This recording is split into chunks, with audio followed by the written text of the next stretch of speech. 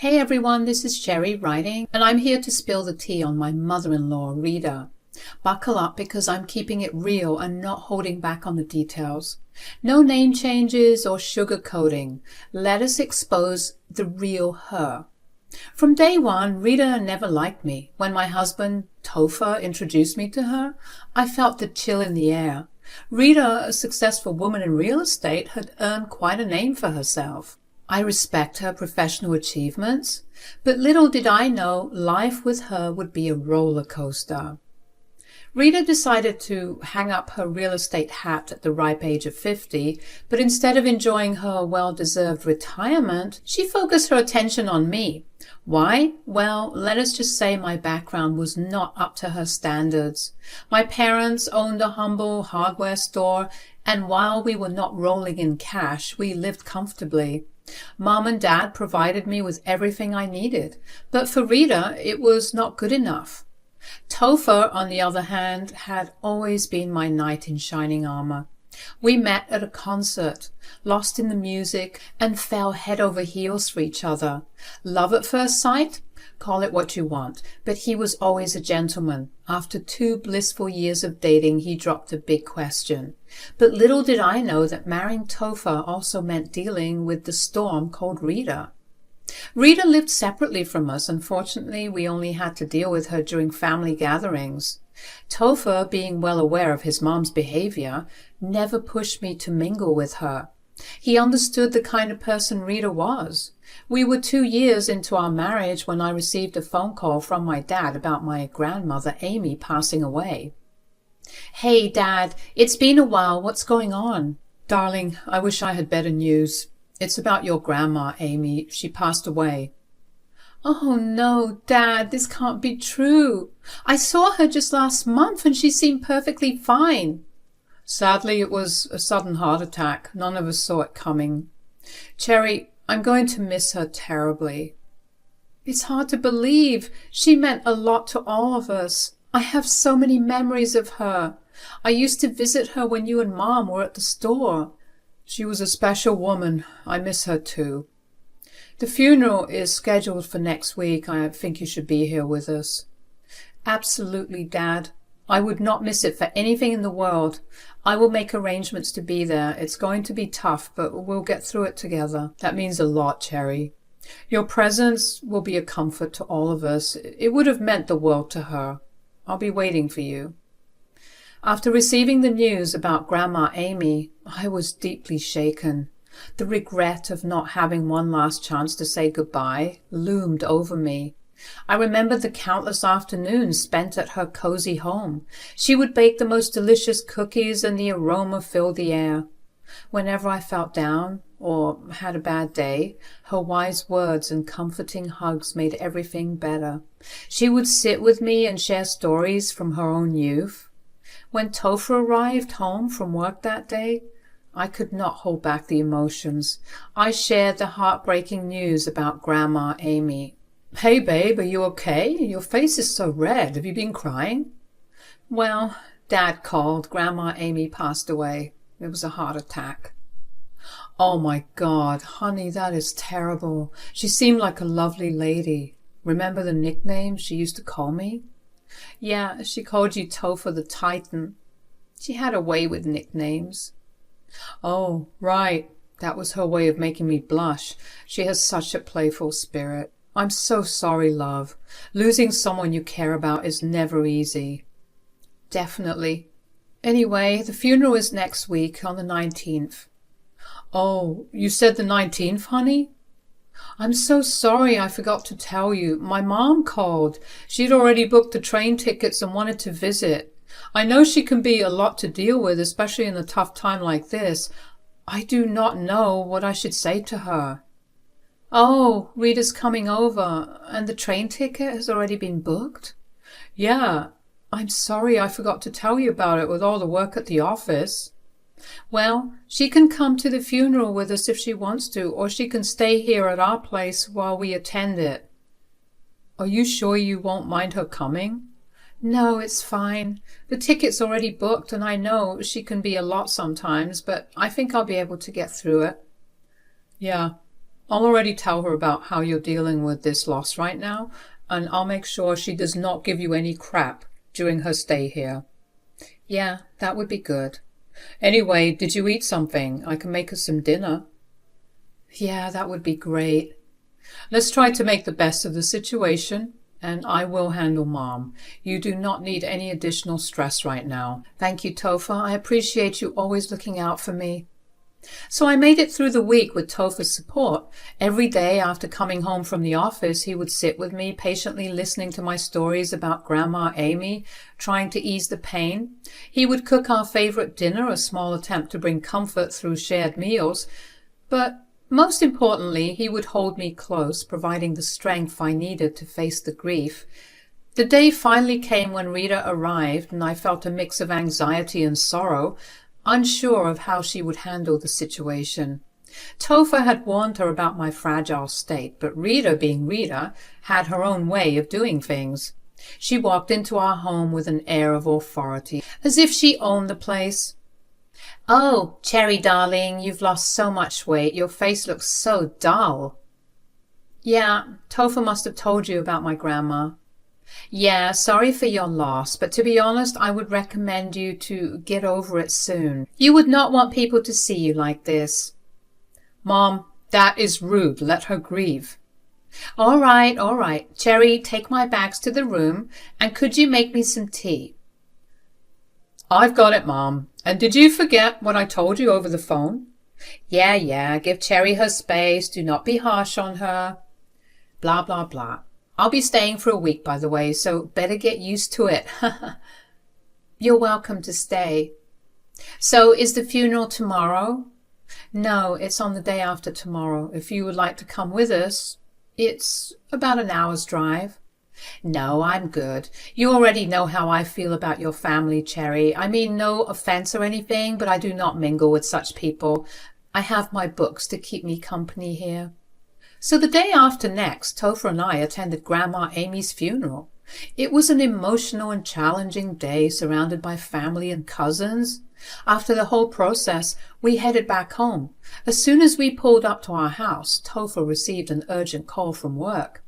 He asked me to go in and assured me he would be back soon. Entering the house alone, I found Rita on the couch, engrossed in her book, sipping coffee. I greeted her with a simple "hi," but she did not bother responding. Deciding to avoid any unnecessary interaction, I headed straight to my room. After changing out of my sober black dress into more comfortable home clothes, I heard a knock on the door. "Do you mind if I come in?" "No, not at all. I just freshened up a bit." "I heard you saying hi, but I was so engrossed in the book. How did the funeral go?" "Well, it was hard, but I hope she's in a better place now." "Tell me more about your grandmother." Absolutely. Grandma Amy was a remarkable woman. She met my grandpa when she was 17. She dedicated herself to being a loving housewife, finding joy in the simplicity of everyday moments. She was not defined by societal standards of success. Her life was a testament to the power of love and kindness. Grandma Amy had this way of making everything feel warm and comforting. She will live forever in my heart. So, she seems like a decent lady. Did she leave you anything? Well, she gifted me her most precious possession earlier this year on my birthday. Honestly, I'm not too concerned about inheritances, Rita. What possession are you talking about? It's a jewelry box, an expensive one that my grandpa got for her. Can I see it? Of course. I opened my closet and carefully took out the jewelry box from the safe. Wow, these look like diamonds. Are they real? Yeah, they are. The box is diamond studded. This must have cost a fortune. Why hold it so close to your heart? You can put it on the market and get yourself nice things. It's not about the money.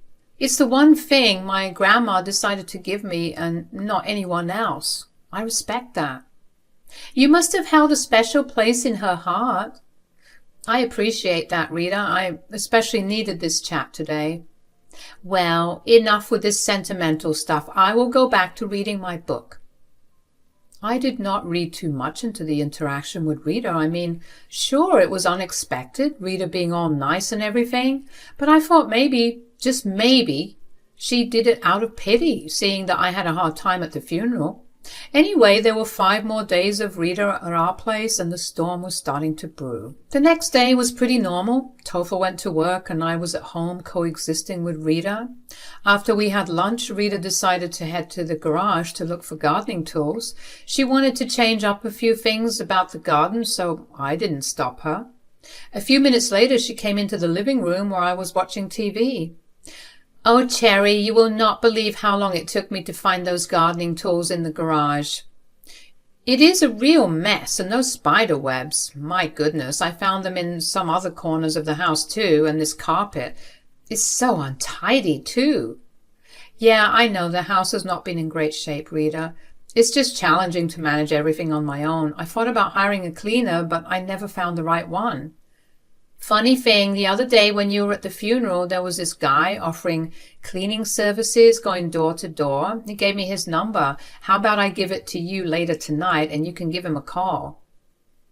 "That is actually a good idea, Rita. Thanks for being unexpectedly helpful. Your visit might be more productive than I thought." "No problem, dear. Despite my tough exterior, I do wish you well." Later that night, while we were having dinner, Rita shared the contact information of the guy named Aaron. "Cherry, here is that number I mentioned earlier." "Oh, thanks, Rita. I'll give him a call and see if he can help with the cleaning." "Honey, you should have told me earlier if you needed help around the house." "I didn't want to bother you with little things." "Babe, there is nothing little about it. We are a team and we should share the load." "Well, thanks, babe, but I have got it handled now, thanks to your mom." I talked to the guy, Aaron, and booked an appointment with him for 11 o'clock the next day. He appeared at the door the next day and seemed decent. He took a quick look around the house. He assured me that it would take him the whole day to clean everything thoroughly. I was fine with it, and Aaron began his work. As Aaron delved into cleaning, I headed to the kitchen to start prepping for lunch. That is when Rita walked in. "The cleaning guy is here today. I thought it would be at a later time." "Yeah, I wanted to book him for the weekend, but he was already so busy." "But I got us these 2 tickets for a movie at 2. I think this is going to take a while, huh?" "What, a movie? That is so unexpected.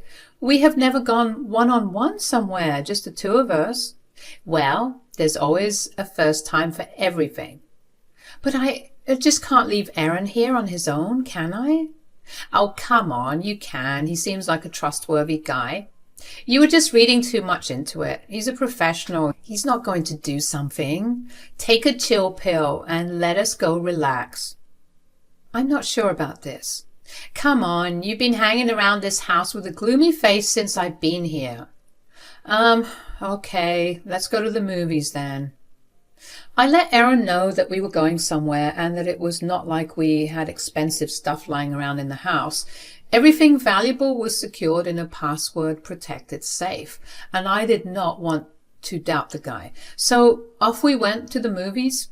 Surprisingly, the time with Rita turned out unexpectedly good. We enjoyed the movie, had an evening snack afterward, and got home around 8. Topher was already there, and I had texted him about Aaron. By the time he arrived from work, he should have run into Aaron and taken care of the payment. The evening went smoother than I had anticipated, and I felt a sense of relief, hoping that maybe Rita's presence was not as bad as I initially thought. The house looked surprisingly clean when we returned. Aaron did an excellent job. "So, honey, how's the movie?" It was a comedy, so Rita and I shared a few laughs. It was good. We had some pizza rolls later on. "To be honest, I cannot believe this is my mom. She's been kind to you since your grandmother's death, don't you think?" "Yeah, she has. The guy, Aaron, did a good job, though." "Yeah, when I got home, he was almost done. I paid him and off he went." "Yeah, I know. I should not have just left him here all on his own, though." "The guy seems harmless." "Anyways, it's late. Rita's already fast asleep in her room. I should change and then we can go to bed." I opened my closet and something seemed off to me. I don't know, call it a sixth sense or whatever, but something told me to check our safe just before going to sleep. The cash was still there, along with some less valuable jewelry. However, the jewelry box, the precious one, was nowhere to be found. Panic set in, and I immediately called out for Topher. Topher, you won't believe what happened. The jewelry box from Grandma Amy is missing from the safe. What? Are you sure? Did you misplace it? No, I'm positive. I checked the safe and it's gone. I don't know what to do. Okay, let's not panic. Maybe we misplaced it somewhere else. We'll search the house first. When did you last see it? The cleaning guy, Aaron, it's him. I remember putting on some jewelry from this safe before going to the movies. It was here then. I mean, he seemed trustworthy. I don't want to jump to conclusions, but strangely, it's missing after he was here. What if he took it? We will start by searching the closet thoroughly. Maybe it's in a different spot. We searched the entire closet and the room, but found no trace of the missing jewelry box. It is possible Aaron took it. I'm so sorry, honey. You were right. I'll go down to the station tomorrow and let them know what happened. Maybe they can track down Aaron and ask him about it. I could not believe it. The one and only thing that I had left of my grandma was now gone. The weight of the loss hit me like a ton of bricks, and I felt a mix of frustration, sadness, and anger. How could I have been so careless, leaving the jewelry box like that? The next day, I decided to tell Rita about the situation after Topher left for work. Despite our differences, I felt it was essential to keep her in the loop, considering she was in the house when it happened. Rita, can I talk to you for a moment? Of course, Cherry. What's on your mind? It's about the jewelry box I showed you the other day. It's missing. Missing? How did that happen?